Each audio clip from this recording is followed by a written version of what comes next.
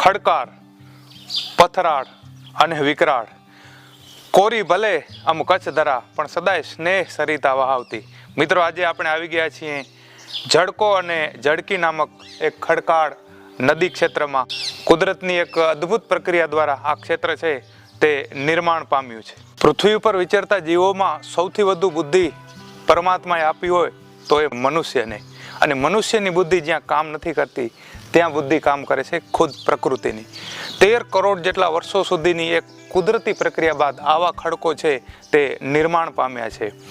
અનેક વર્ષો સુધી કચ્છ જે છે એ દરિયાની અંદર રહેલું છે, પણ એક પ્રક્રિયા જે કુદરત દ્વારા થઈ તેના બાદ જે કચ્છમાં આપણને વિશેષ કરીને કાળિયાદરો અને ભુજની નજીક ખારી નદીમાં જે ખડકો જોવા મળે છે, એ પ્રકારના ખડકો દિન પ્રતિદિન આપણને અલગ અલગ જગ્યાએ જોવા મળી આવે છે. પાણી અને હવાના ઘર્ષણ બાદ આ ખડકો છે જે અલગ જ આકૃતિ નિર્માણ પામી છે, અને એની અંદર અલગ અલગ રંગો જોઈ આપણને ખરેખર આશ્ચર્ય થાય છે.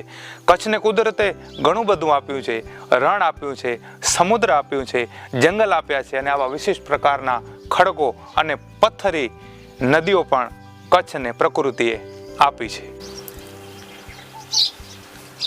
ખંડહર બતા રહા હૈ કે ઇમારત કિતની બુલંદ થઈ. ખૂબ જ જર્જરિત અને લગભગ લુપ્તતાના આરે એવું અહીં એક ખૂબ જ જૂનું બાંધકામ નજરે ચડે છે.